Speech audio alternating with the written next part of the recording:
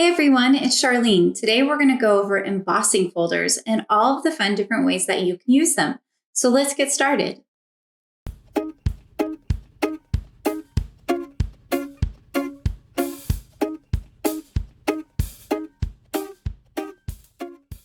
The first way you can use your embossing folders is a watercolor technique.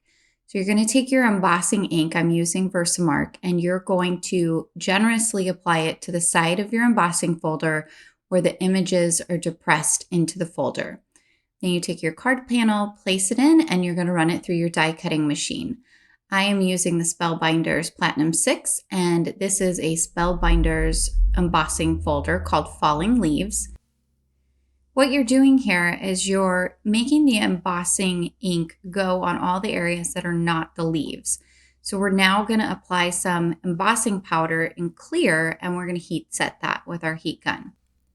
By creating that clear barrier, you are making it so that you can watercolor the leaves and have all of the remaining areas stay white. So you could use a different colored cardstock if you wanted to, but I find that white works really well. And I'm just using 80-pound Neenah cardstock. I'm not using any kind of special cardstock here. If you are planning to use a lot of water with your watercoloring, or if you have very large images that you're going to be watercoloring, you probably do want to use watercolor paper for this technique. Once you go in with your heat gun, you just want to make sure that you get all of those areas nice and melted. I kind of turn the paper around back and forth because I like to make sure that everything is set so that way I have a better shot at getting a really nice outcome. Now I'm coming in with some distress ink. I have Barn Door, Rustic Wilderness, Aged Mahogany, and Spiced Marmalade. I thought these were really nice fall colors. And I'm using a water brush pen. This is a really easy way to watercolor. There is no rhyme or reason. I'm just throwing the paint on there in order to kind of create a pattern. I'm going in and making the big leaves one color, and then the smaller leaves, I'm coming in with a different color. And sometimes I'm sort of mixing and matching colors in order to create some varied interest on the leaves. I've sped up pretty quick here, but you can see I'm just running that brush back and forth, dipping it into the colored inks and running it over all of the leaves. I really like to use distress inks to watercolor because one, it's something I already have, and two, I'm more familiar with the colors. And also it's really easy to use just an acrylic block or something like that and smush down some ink on it in order to watercolor. Very easy to clean up. Right now I'm just going back in and sort of shading different leaves and adding little bits of color here and there. And then you're going to take your paper towel and just dab up any ink and dry off any little areas in between the leaves where you may have left some ink behind. Then you can come in with your heated dryer and dry your panel, or you can let it air dry. I like to go over it one more time with a paper towel when it's all dry. So it's really fun technique. It looks really amazing when it's done. I hope you like it. The second technique we're going to go over is Perfect Pearls Embossing. Start out the same way. You're going to get a nice generous coating of the VersaMark embossing ink or whatever type of embossing ink that you have, and you're going to do it on the side where the images are depressed into the folder.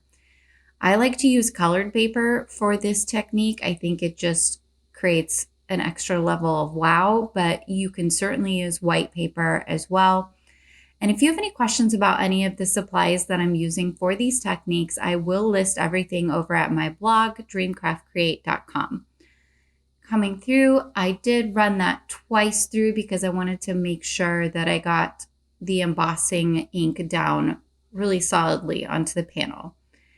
Now we are going to come in with some Perfect Pearls, and I'm just using the original pearl color, and I'm going in with my brush that came with my original set, and I've had this for quite some time. These little canisters actually last a lot longer than you would think they should. But you're going to go in and generously coat the entire panel with the powder and just rub it back and forth all over. If you're enjoying this video, please do hit the like and subscribe button and also the notification bell. That way you can receive future notifications about videos that I release that are tips and trick videos or card tutorials. I do lots of different kind of crafting videos.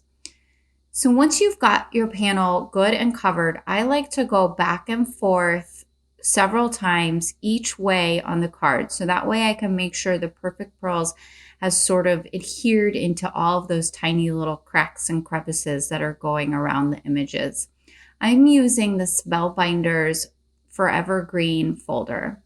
And look at that. You have this beautiful shine all along the inset parts, and then your image is the original color.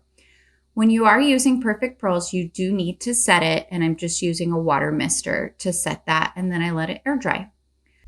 The third technique is ink embossing, and to do this, you're just going to need some colors of distress ink and an embossing folder. I'm using the Plaid embossing folder from Spellbinders, and I'm using the colors Candied Apple and Rustic Wilderness.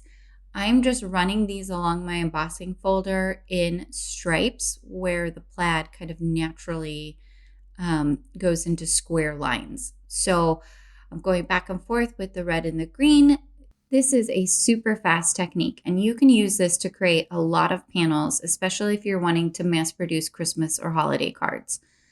Once you're done, you just want to make sure any little pieces of your ink pads that may have made their way onto the embossing folder are removed.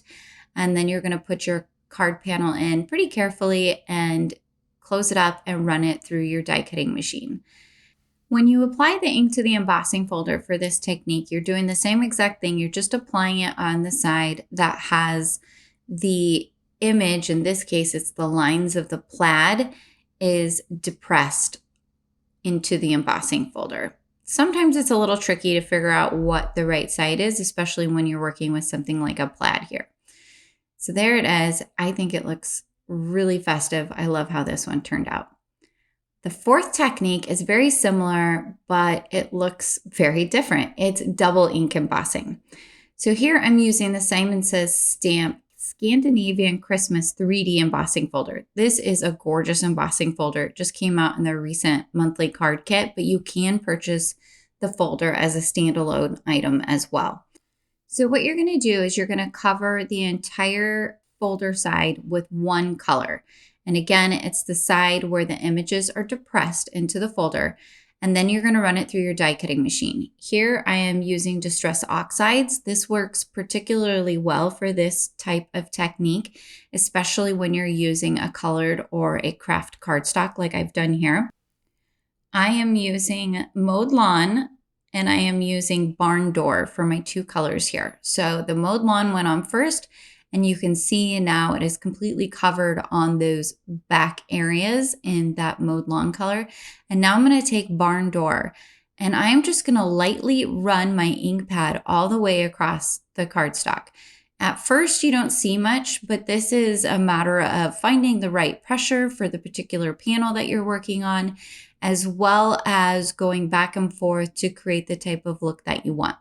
I turn the panel around lots of different ways and lightly run that ink pad all the way around, back and forth, until I get the color that I want. And you can see you're only hitting the raised areas of the panel. So this creates a really beautiful two-tone look. And you can do this for any time of the year. I'm just choosing to do holiday style cards right now because it's that time of the year. And then I'm going to come in and I'm just going to dry this a little bit with my heated tool because I want you to be able to see what it looks like when it's dry. It is just gorgeous. Like, you can't find anything like this at the store. That's part of the reason I love card making, is you can create these really beautiful creations for people that they otherwise would never get the chance to enjoy and experience. So the fifth and final one I'm going to show you today is acetate embossing. And this is the quickest and easiest technique for embossing folders. You just wouldn't believe it. It really packs a punch though. So you're just going to put a sheet of acetate into your embossing folder. Here I am using the Sun Rays embossing folder by Spellbinders. And that's pretty much it. Then all you do is you put a piece of cardstock underneath, depending on what type of thing you're going for. Here I'm using Soft Navy from Simon Says Stamp. So now I'm going to show you the finished cards. They came out really beautiful. There was the leaf card, and then this is the Forevergreen card and the Plaid card here. And I used a bunch of large die cuts on all of these from Hero Arts, the Christmas holiday extra large die cuts. And there's that one with the acetate. I think it just looks so fun. Well, I hope you guys really enjoyed all of these cards. Again, please like, subscribe, hit that notification bell so I can bring you more content. Thanks, guys. Have a great day. Bye.